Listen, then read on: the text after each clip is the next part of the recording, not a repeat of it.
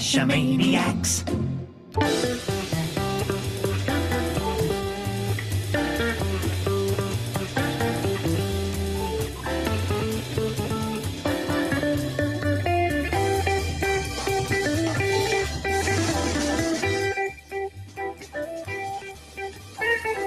GeoGearHeads. Welcome to episode 332. That's just one away from a repeating number, and I like things like that. I am Chris of the Northwest, along with your host, Daryl W4, and we are talking about mega and giga events and how to attend them. We are, and we are going to have a whole bunch of good stuff today. Unfortunately, we're also seeming to have a lot of issues with Google Hangouts, and not necessarily with the Hangouts themselves, but lots of weird stuff happening, including someone seems to be having problems with their phone going in and out of charge mode and making lots of noise. Well, you do realize this is the week of weird things happening. I heard something about a Giga event getting locked. I heard something about that too. And for those who might not recognize that voice, especially because there's no video to go along with it, that's Jesse, also known as Team AFK. And he's going to be sharing some news about what's happening with the Giga event, because some of it has changed since we had you on the show. Yeah, a little bit, maybe. I don't know. We'll see when we get there. And there's probably still plenty more to change. We also have Memphis Mafia joining us. Welcome back to the show. Good evening, and what's throwing me off is not the beeping. It's I listen to all the podcasts on audio, so I listen to them on iTunes, so I speed it up to 2.5. So every time I am on a show live and I hear the music, it throws me off because it sounds like it's in slow motion. So I totally understand that, and that's one of the reasons why I don't listen to shows at 2x or 1.5 or even 1.1. I'm an audiobook nerd, so I have to listen to them at high speed. I can't do it otherwise. Even my own show, if I'm going to go back and check on something to spot, I can't. I sound terrible at regular speed. I totally get it. I used to do that like 12 years ago. You sound beautiful. He's obviously got audio problems then. Like 1984 Fabio. There you go. Sherman Air 18 is also due to join us, but it looks like she might have technical issues that are going to keep her from doing it entirely. So our apologies. We were hoping to get her in tonight as well. And now the last time we actually talked about this was quite a while ago, back on episode 289. So we're going to rehash a lot of the same stuff, and you might want to go back and visit that one. But before we really get into the meat of this one, we did get some feedback. So Chris, do you want to take care of that one?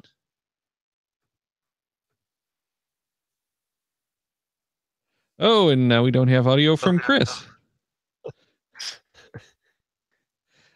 It's one of those evenings, guys. Okay, so Merlin 1392 submitted through the website. Daryl, how timely. On May 4th, Migo released its first challenge of the month. There's a new executive committee at Migo, and we are very much interested in bringing the organization back to prominence in the geocaching world and Michigan. This is the first of many new things we have planned. The idea is taken from the GGA, but we thought a month would be easier for our first efforts. I've been conversing with GeoMonkey Tiger, as he recently joined the group I formed of geocaching organizations throughout the U.S. I thought it was a great show, and I look forward to seeing your live show at Geo Woodstock 2018. So we'll start with start with the first part of that, which is the contest. Now, this one, you have to be a member to even view the contest because it is in their forums. So what you have to do is click into the forums, navigate to the general geocaching discussion, and then it's in there. Now, May, for anyone who's interested, is national holidays, a holiday known as Memorial Day, to honor service to excuse me, I'm getting tongue-tied. To honor America's servicemen and women, simply find a cache that pays homage to America's armed forces, and any cache type counts. And then they've got the various levels again, bronze, silver, gold, and it's anywhere from 4 caches to get the basic up to 16 for the gold level. But the second part is for the live show at Geo Woodstock. the live show that we're going to do from Cincinnati is not actually going to be from Geo Woodstock. It's going to be the Thursday at the regular time. So no special shows or anything there. But if you are going, make sure to catch us at the podcast booth at 11 and 3. That's when they're going to have the drawings, and you can make sure to catch us there. Chris, it sounds like you're back, and it sounds like your phone or iPad is having problems. Can you hear me now? We can't hear you. Yes. Oh, good. That's what I was hoping for.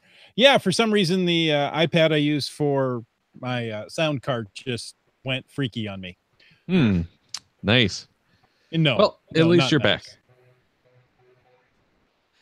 Yeah, and it's major problems to deal with before your next show. Yeah, it's so much fun. Seems to be a reoccurring theme. All right, Jesse, we brought you on to give us some updates on Geo Woodstock. So why don't we let you take that away? But the first thing I want to talk about is the early pack-up pickup, because when we talked about it on the show a few weeks back, that was going to be at some like cool grocery store, but I guess that ended up being a little too tiny for the expected crowds. Yeah, the Jungle Gyms is a pretty cool place, and they can handle a pretty large crowd. A typical mega event would be no problem to do a packet pickup there. But as most of the listeners would guess, we are not dealing with a typical mega here. The one thing that my team has learned is Giga events have Giga problems. And, it's all the way from this is Jesse, the director and host of Geo Woodstock. I'm just reading the chat as well. So when I was on the show last time, we had about 2,000 registrations in the system. When was I on last? Mid-March? That sounds about right. Okay. So mid-March to beginning of May, we went from about 2,000 registrations to 5,000 registrations in the system.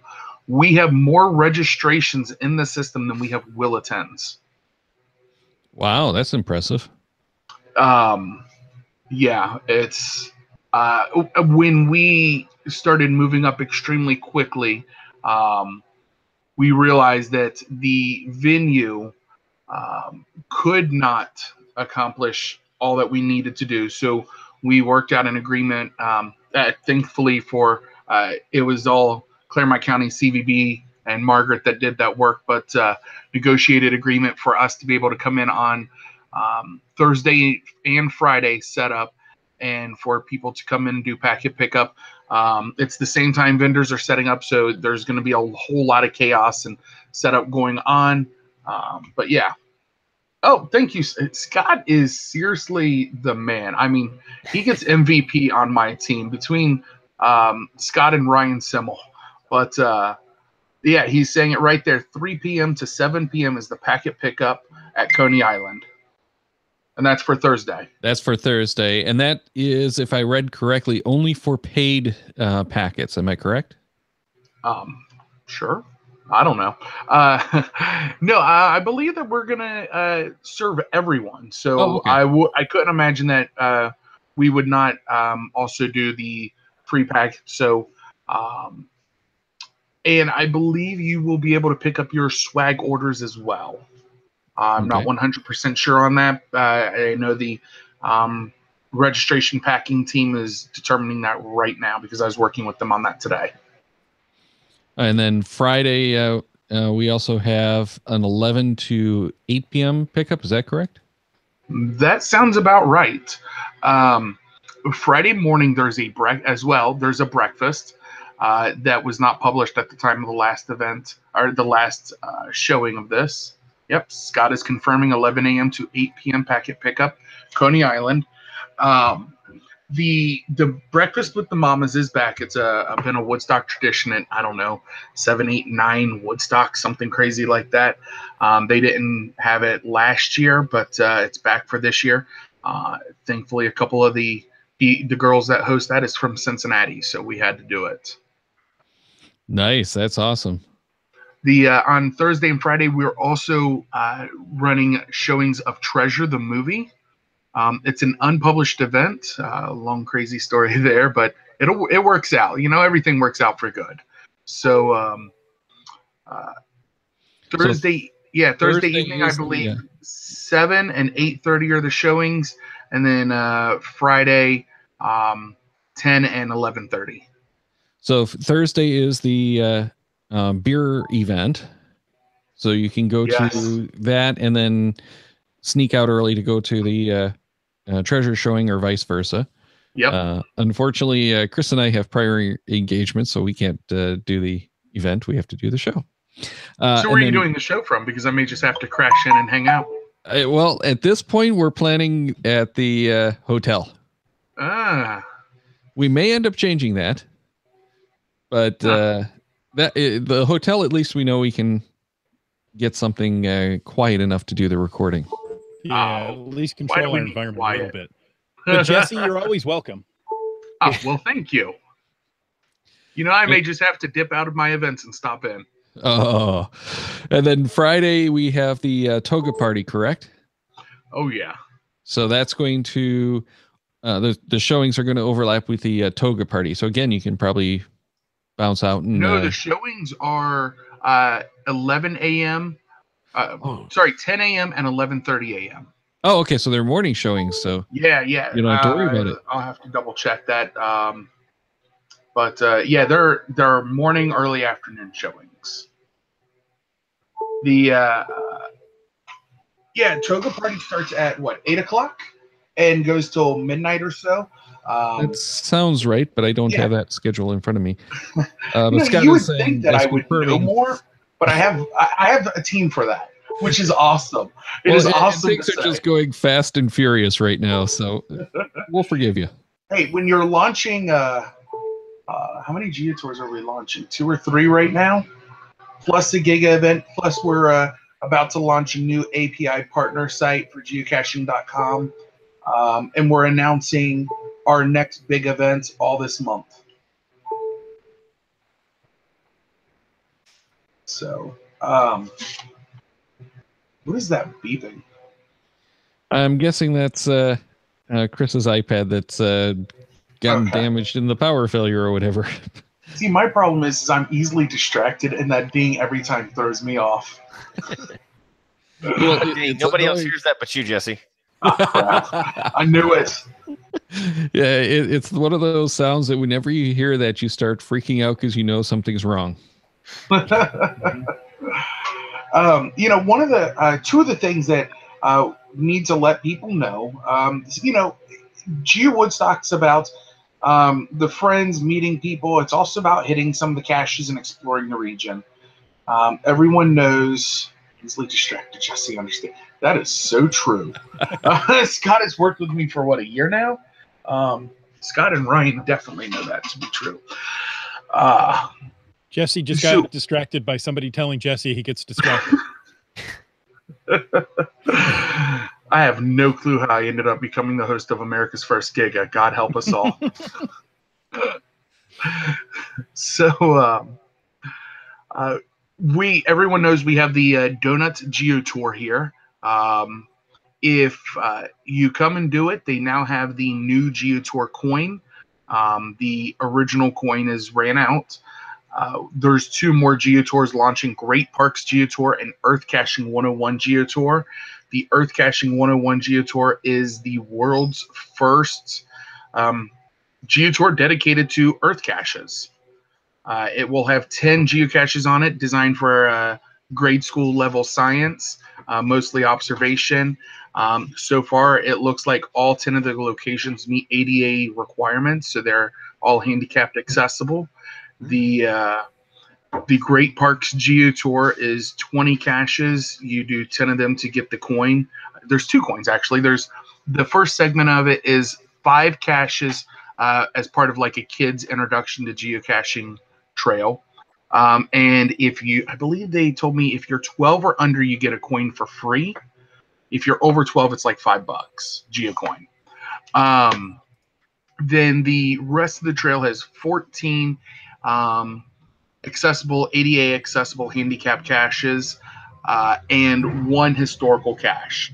Shawnee Lookout Cache has recently been adopted over to the Hamilton County Park District in care of Amber Tuttle, my wife, which she's the geocaching program coordinator for them. And so the state's oldest cache is now, thanks, Doug. The state's oldest geocache is now going to be part of an official geo tour. So, yeah, that's the big updates that I can think of. All right.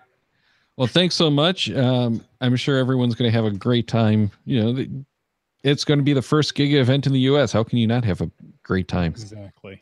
Yeah. Yeah, and seeing how easily I'm distracted with the dings and then the chat room, you're never going to have me on again. I wouldn't.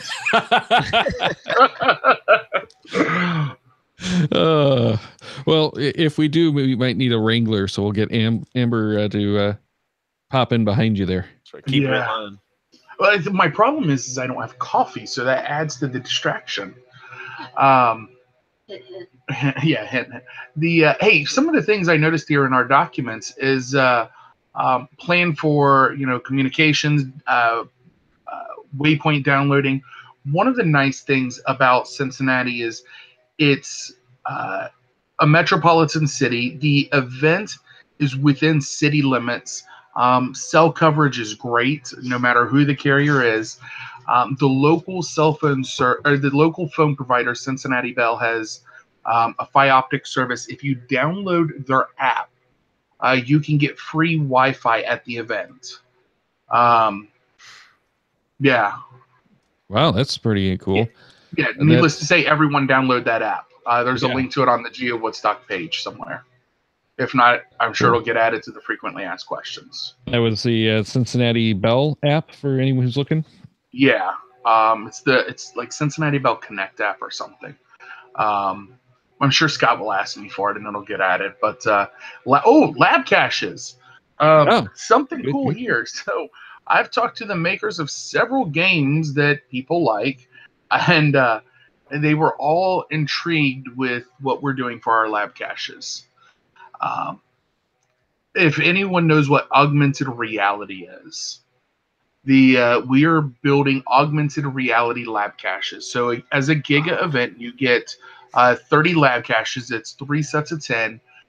One of them is one set of 10 is dedicated to like just some cool gadgety caches that Brian Klinger K Blast is working with other people to put together.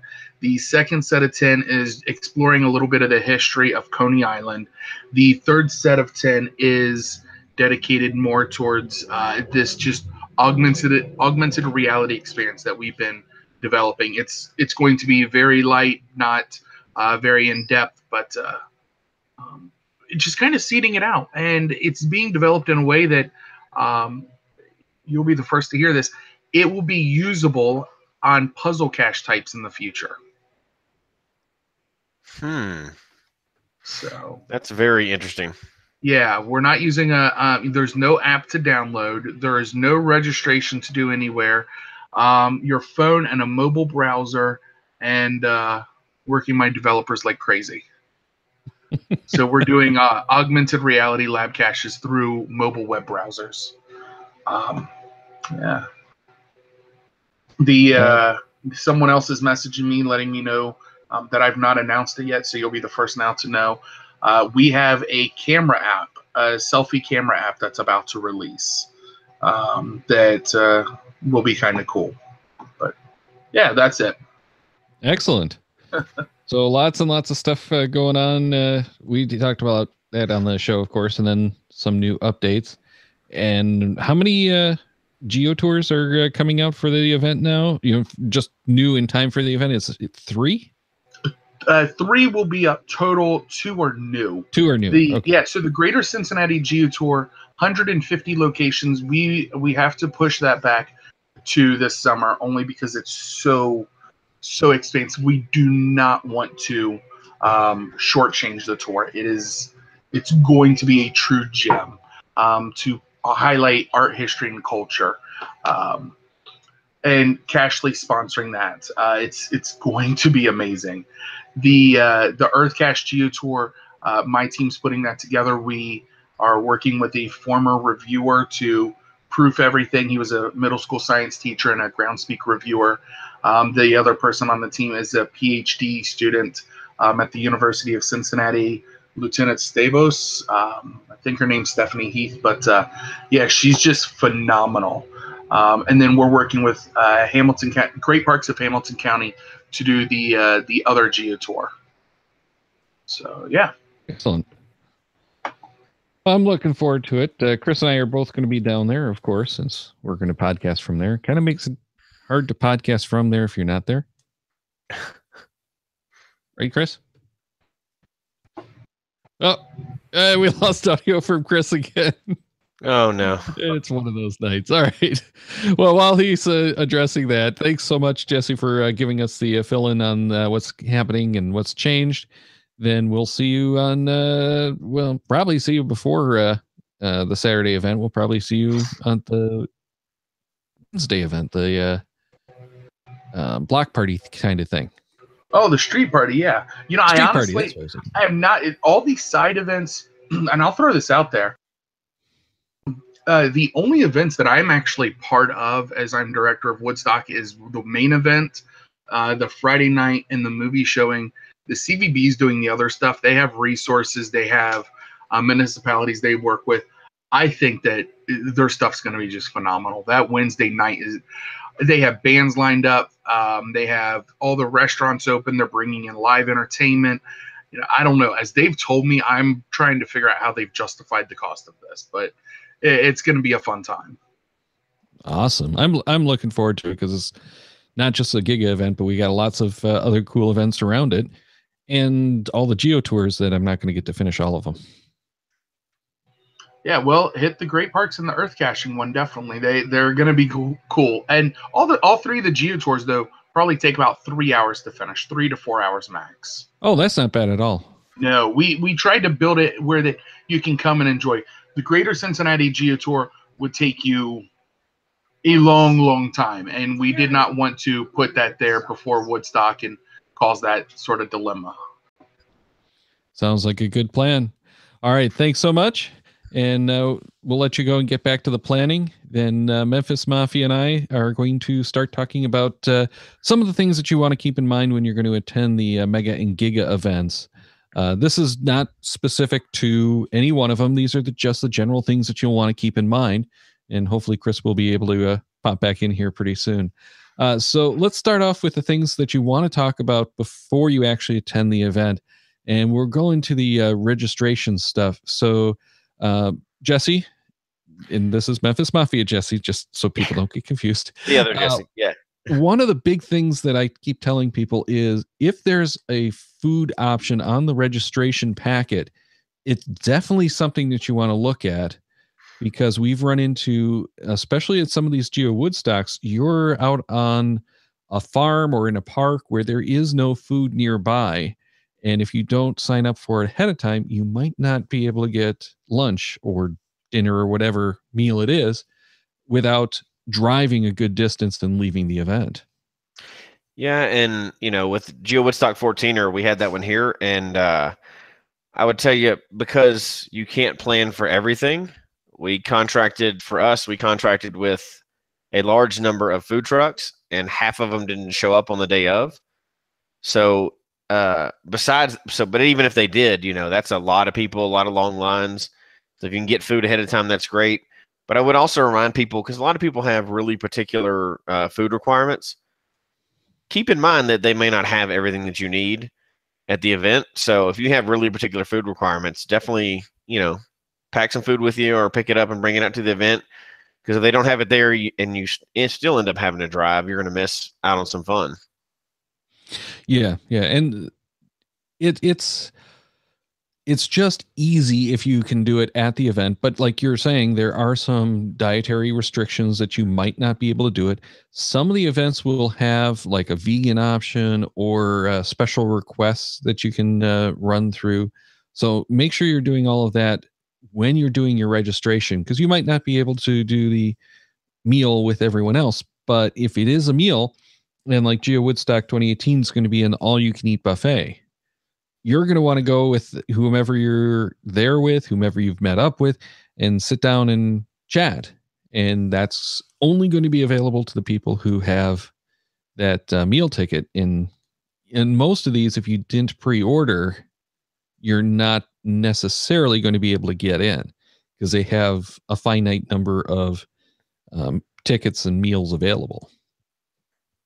Yeah, and you got to figure, anytime there's that many people, something can really quickly magnify how long you'd have to wait normally. So I would definitely plan for that. Register for food if that's part of it, but be prepared to make alternate plans. Yeah. So we're talking about the registration right now. So food, definitely consider that, get into that when you're making those registration plans, but also the event swag. There's going to be packages that it's less expensive to get then. Sometimes you'll get it ahead of time. We're at these pre-pickup events, whereas if you buy it, you have to wait till the day of. So if you're getting like the shirt for the event, you might not be able to wear it at the event if that's what you wanted to do. And there's just all kinds of cool stuff that's available, and it supports the events. That's the big reason they do that. So definitely take a look at the swag and see if there's anything in there that's worth it to you to, pre-order. And it's packages that are typically cheaper. Can we hear him? I think he's going to the microphone. Yeah, no, Chris is still audioless. Volume. I know that for the few megas I've been to 7 of them. Obviously, I haven't been to a Giga yet. And I guess I could have out of the country. But for any of the times that I did not register for, the package, when I got there and I just did the free registration, I always regretted it. I get there, I see everybody walking around with their coins and their stuff, and you can still try to buy stuff at the time, but a lot of times it sells out pretty quickly too. So I've always regretted it when I didn't get that package, at least with some of the swag from it. Yeah, I've kind of been about 50-50. Sometimes it's like, I really didn't want the t-shirts. T-shirts especially. I like t-shirts, but I don't need a t-shirt from every event. But the coins, I love trackables. I want to have all those trackables. It's just, it is a lot of money sometimes, but I think it's worth it. One of the other things that go ahead. If you don't mind, just because we make product, if you don't know what all we do, we actually make product for more than half the mega events in the world. That's our day job. I see what a lot of the mega events make. I look at all their registration packages, and getting that package is just phenomenal. And, people ask me, hey, what should I get? And I always tell them, go with the highest package. And yes, I'm saying this, even with Woodstock, our packages are closed. You can't buy them anymore. The VIP is sold out. But it's, you're going to get things that you don't care about. Guess what? That's what they make eBay for. And I have seen VIP exclusive coins go on eBay for a lot of money. I've seen at Midnight Madness and CoinFest and other places, traders really do buy, sell, trade, swap. It's worth it. So just my thought. Well, and I was going to just get into the VIP packages. There's only a couple of the events that I've done the VIP package where it's been available to do it at all. And the going caching event was the first time I've done that. It has some, you have to check which event does which, but it has some really nice features. Like at going caching, it had a tent where you could get water and snacks and stuff like that. 3 or something snacks or beverages are included, and that was really about the only way to get much, aside from some little food trucks that didn't really have much this year. Plus you got the easy in and out parking, so it really does make some sense, especially if you're doing it as like the couple. You can get 2 of everything, and the parking for the one car is included, and it really does make it easier. It's a time saver, and you get all the extra stuff. Well, I know not everybody can afford VIP every time, but unless you're one of those that goes to megas all the time, especially if you only think you're going to go to just one mega, I would get the souvenirs for that mega that you're going to, because you're going to want them later. If you're going to attend them all the time, you could probably skip the VIP every once in a while, but some people, that's what they do. They just go to those megas constantly. But other people, they may only go to one or two ever. So you're going to want some, because you can't really get it afterwards unless you're going to pay a lot on eBay. So sometimes it's worth it. I've enjoyed having the coins. The shirts are shirts, but the coins are pretty neat, especially when they're a little different than your regular coins. So yeah, though if the shirts are trackable, I have to have the trackables. Of course you do, Daryl. Yeah, and you do have audio back, Chris. US Giga, so it makes it even that much more special. Oh, absolutely, and I figure we have to have the shirts to wear on the show eventually. Oh, definitely. All right, so let's slide into lodging. And some people like to go camping, some prefer the hotels. I'm one who definitely prefers a hotel because I need a nice shower at the end of a caching day. But how do you pick which hotels you want to go to? Jesse, you have any tips? Really depends. So if I'm bringing the family, we pick a nice, good hotel that's close enough by that, we can take part in all the festivities. If it's me and a buddy traveling, I pick the cheapest hotel I can possibly find and, hope to not have it burn down in the middle of the night. But the accommodations are really different depending on who's going with me.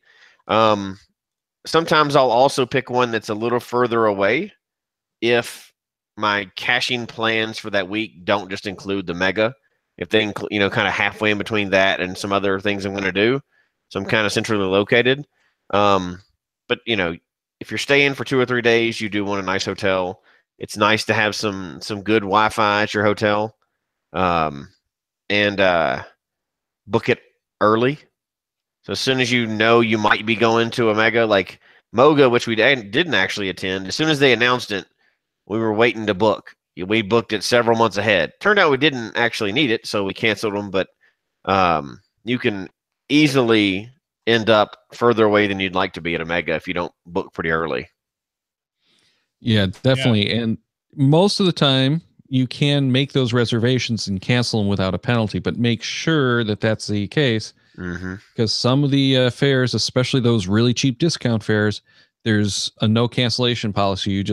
It's your room. You pay for it no matter what. Yeah. Then you look to scalp the tickets later. I mean, the hotel room. Oh, did I say tickets? I meant hotel room. Well, there's a whole new thing that'll start, right?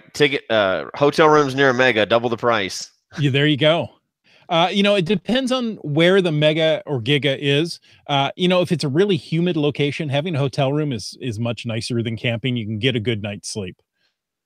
So there are certain things that, the hotel room, you probably want to spring for over camping. Though, I love camping. Yeah, and there's some of the events where you're actually camping on site. So the camping is a whole different experience.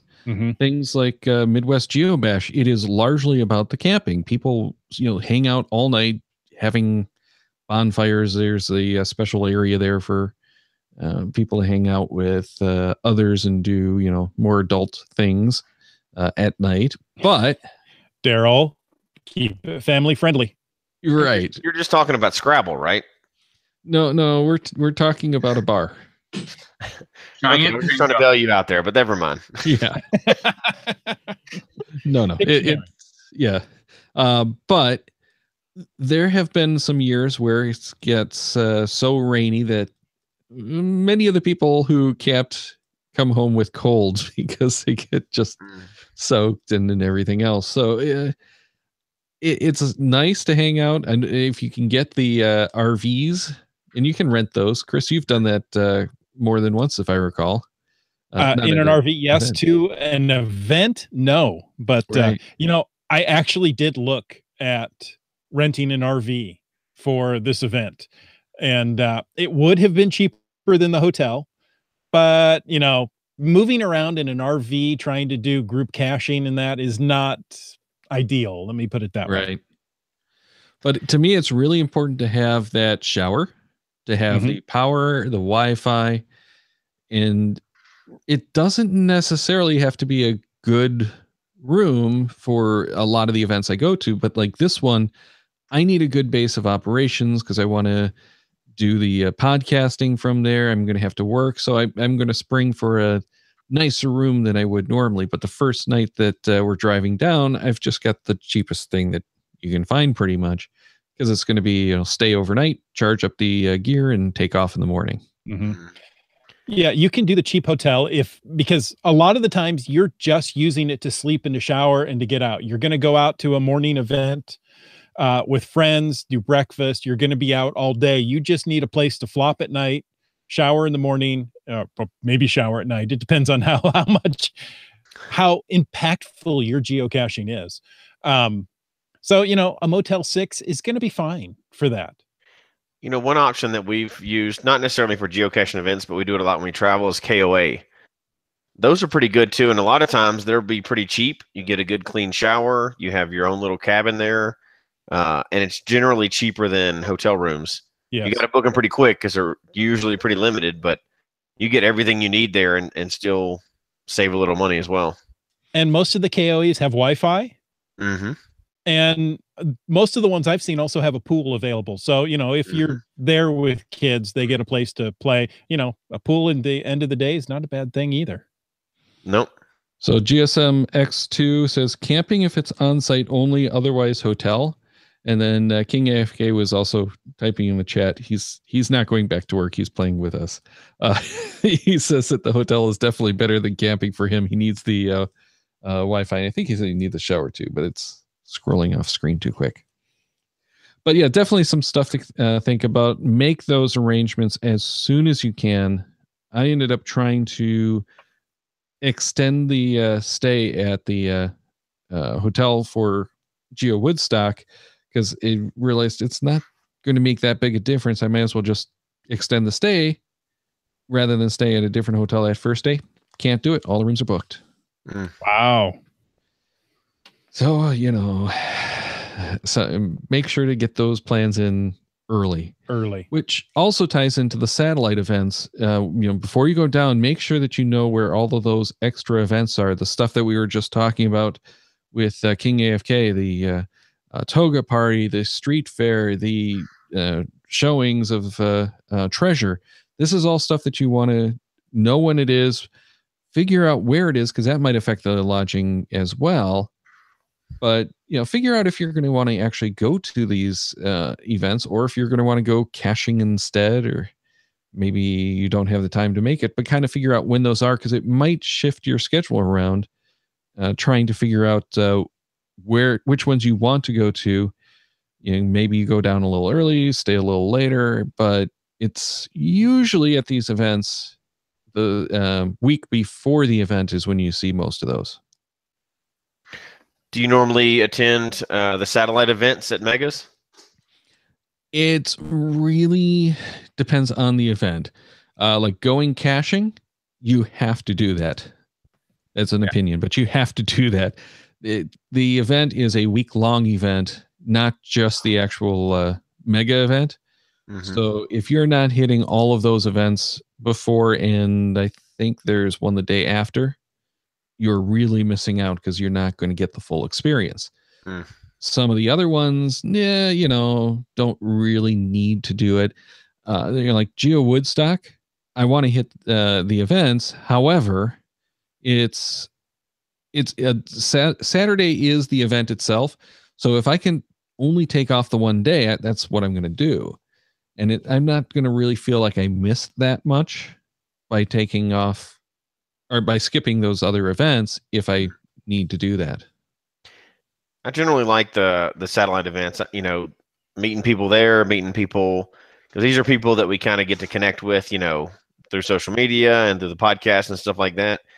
Now, there's always a list of caches I want to get when I go to a new area, but I love the little events. If they're like, we just came back from the Texas Challenge a little while back, and they had like a midnight donut event, and another one was a food truck related event.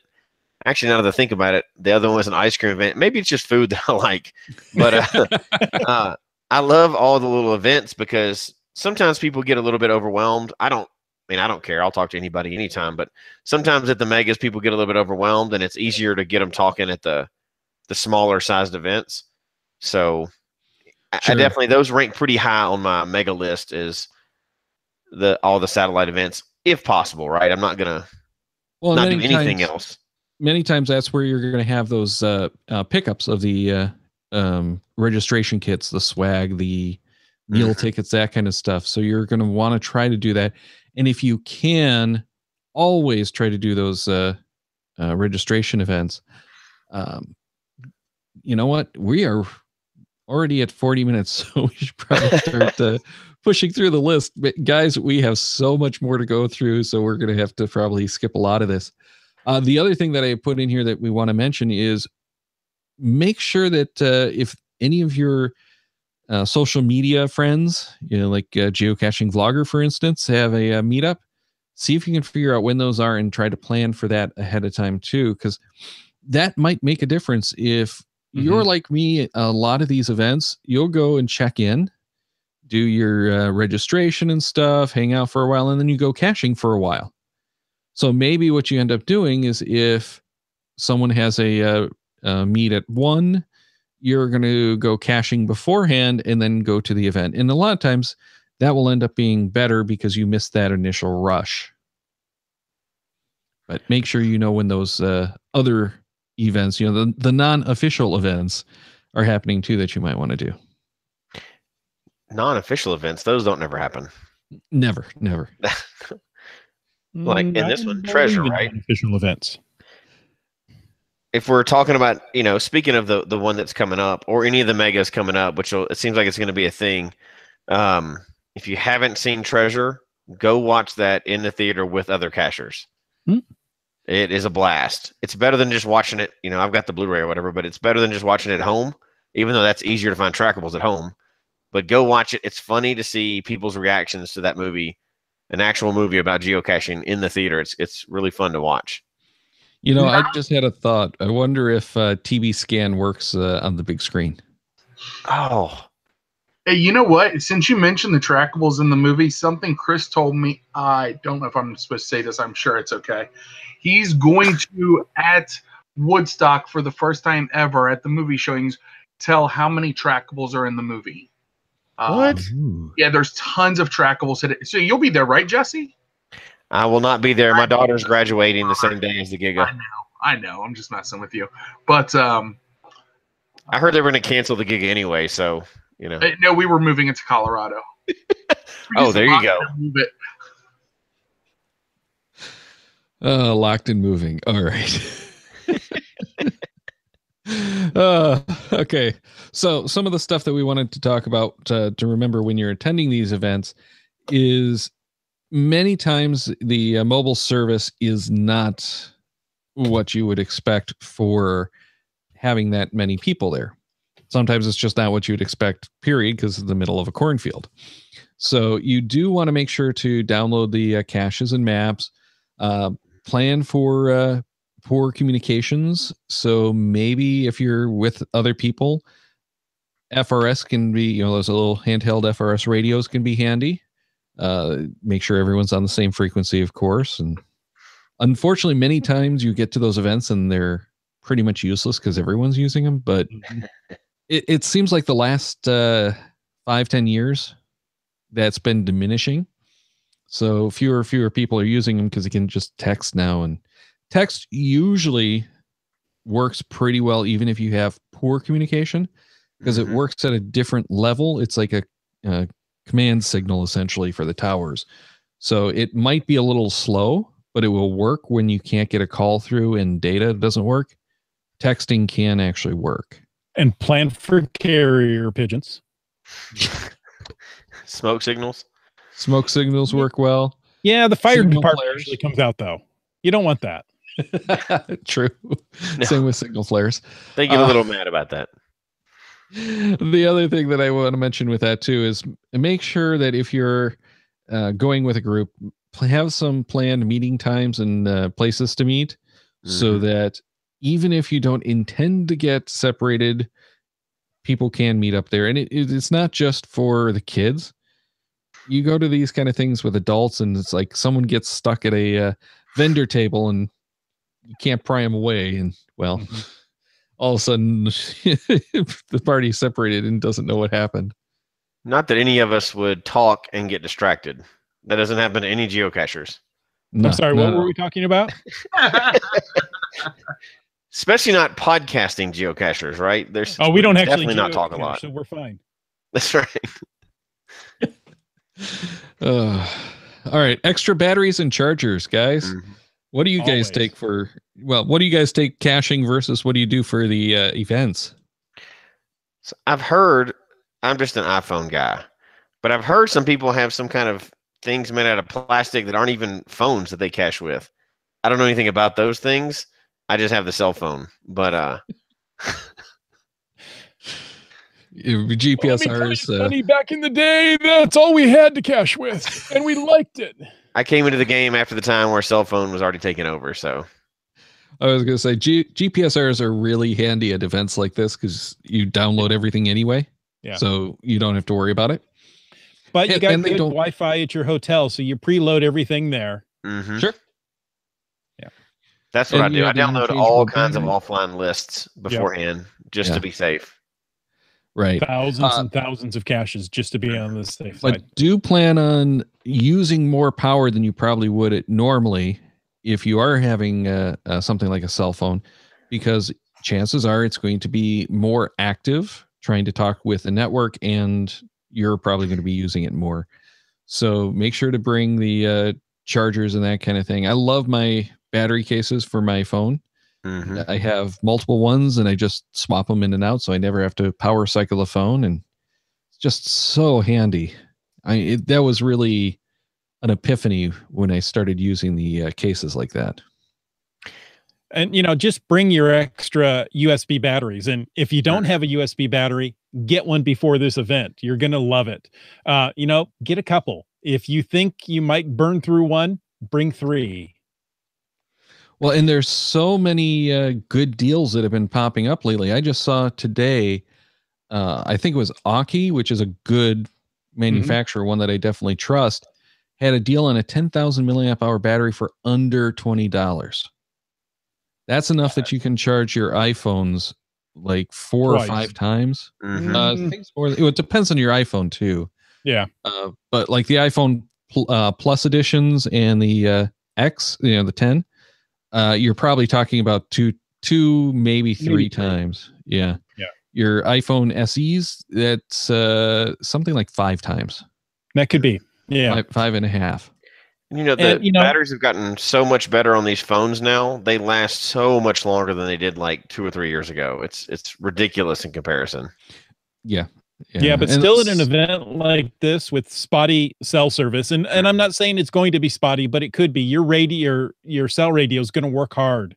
You're going to burn through a lot of extra power that you go, well, normally this lasts all day. What happened? Yeah. That's the thing, is you do have to be more, or expect more drain than usual Mhm. for just about anything. You can always throw it into airplane mode and save a lot of that battery consumption. And that is something you might want to consider. But when you do that, you're also losing all of your data, communications, phone, everything goes away. Mhm.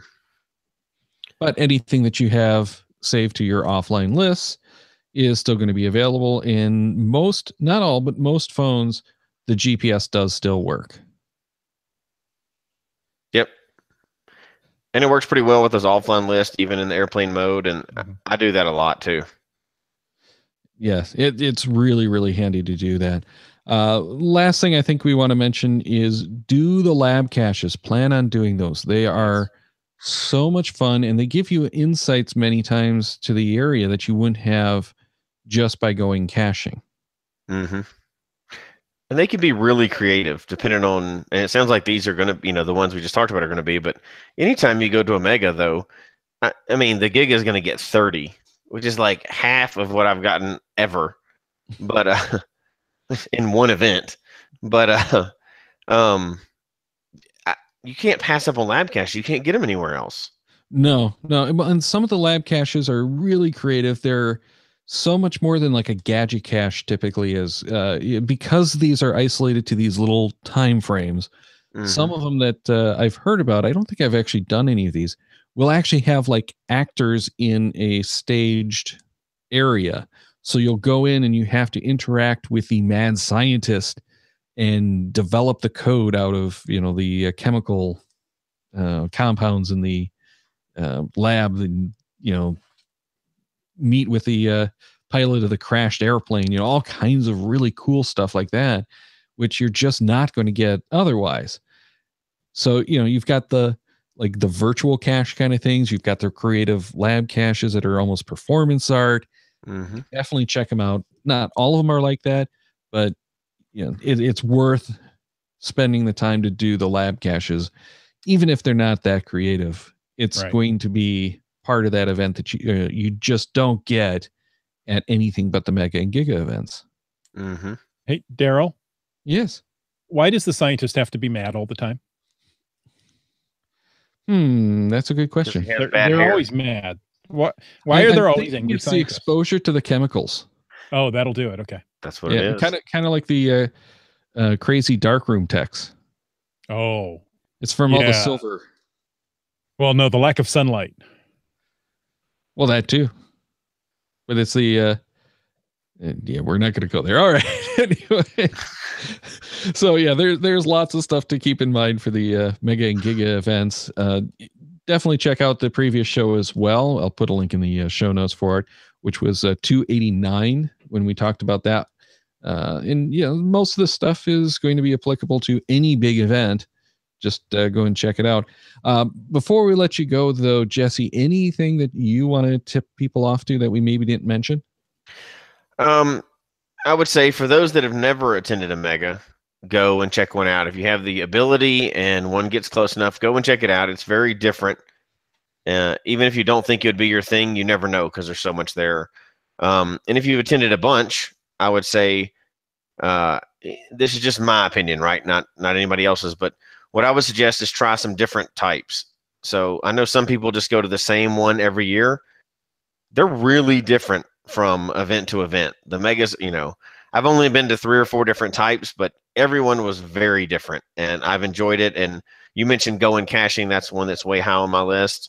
I want to try to hit as many different ones of those as I can, because they just, like Yuma, that's one that people keep talking about, and I hadn't been to that one yet. And it's so interesting to hear people discuss them because they're so different from event to event. And then really plan it out. If you could take an extra day so you can go out and just sightsee and don't only focus on caching while you're there, because you may not get to go back to this area again. So make it kind of, if you cache with your family, make it a family vacation. Mega events are a huge part of geocaching, and I would definitely encourage somebody to try it just if you haven't. And they're a lot of fun for me anyway. Yeah, that's one thing that we didn't mention this time around is the Mega events are, and Giga events aren't anything like each other. Usually it's, you'll have the various styles and they're all a little bit different. You've got the competitions, you've got the get-togethers, you have conferences, it's all kinds of stuff. So, check them all out and, go to the ones that look appealing to you. That's right. The breakout sessions, that's the best part. If they have the breakout sessions. Oh my gosh, I love them when they do. But King AFK is telling us no one wants to miss the 2 p.m. talk at Geo Woodstock this year. I don't know why that would be. He's correct. I don't want to miss that. You don't want to miss that, but you have to because you're not going to be there. That is correct. Neener. We'll video chat you in. Yeah, video chat me into the whole event. Somebody just carry me around on a phone. This is something I really would love to see at those breakout events is the live streams, so that those of us who can't make it to the event can actually hit some of them. And I'm seeing again some of the not mega events, but some of the local events where they're doing more of the training and conference kind of stuff, which is just awesome. I love to see that kind of thing. It's kind of why we did this podcast. Absolutely. All right. Thank you, everyone, for joining us again.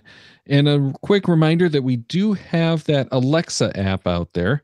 So if you haven't checked it out yet, go tell the A lady that you want to enable the GeoGearHeads and you can check it out. But we haven't heard from anyone yet who's actually using it. So let us know, GeoGearHeads at cachemaniacs.com, because we want to know if you're using it and if you like it and what you might not like. It's kind of cool to be able to play the shows on the smart speaker. But I admit I've got it enabled, Chris, and I never do it, even though, I'm on the show, so I probably wouldn't do it anyway. I will be checking that out. There you go. Yeah. So if I say Alexa right now, what happens? It would be unplugged because I've had that happen already. Okay. Oh, see, you guys know. There are no echoes in this room for that very reason. That's right. You just have good soundproofing. That's the kind of echoes you want to get rid of. I want to get rid of that too. Not only do we have the Alexis app up and running, we've got some great shows so that you can listen on that smart speaker in the future. Next week, we're going to talk with Cash Turno. Actually, we're going to talk about Cash Turno with Plato Addict. May 24th, that's, during the Giga event, we're going to do our randomized LixVix show. And we're attempting to do a live stream from Cincinnati with both of us in the same place. And it doesn't happen that often, and it could break the internets. May 31st, we're talking the sixth show on trackables. And that's going to be a special early recording with Annie Love of Geocaching HQ. June 7th, we are doing another project-gc.com with our good friend Magnus. So check the Cachemaniacs website at cachemaniacs.com for more on the GeoGearHeads, including show notes for this and all of our episodes. We love hearing from our listeners, so leave us feedback by emailing geogearheads at cachemaniacs.com or through social media. Your support helps keep the Cachemaniacs shows coming. Please consider becoming a patron through the link on our website to support the Cachemaniacs shows. GeoGearHeads is produced by Chris Huffenauer and Daryl Wattenberg. This show is copyright 2018 by Daryl Wattenberg. All rights reserved.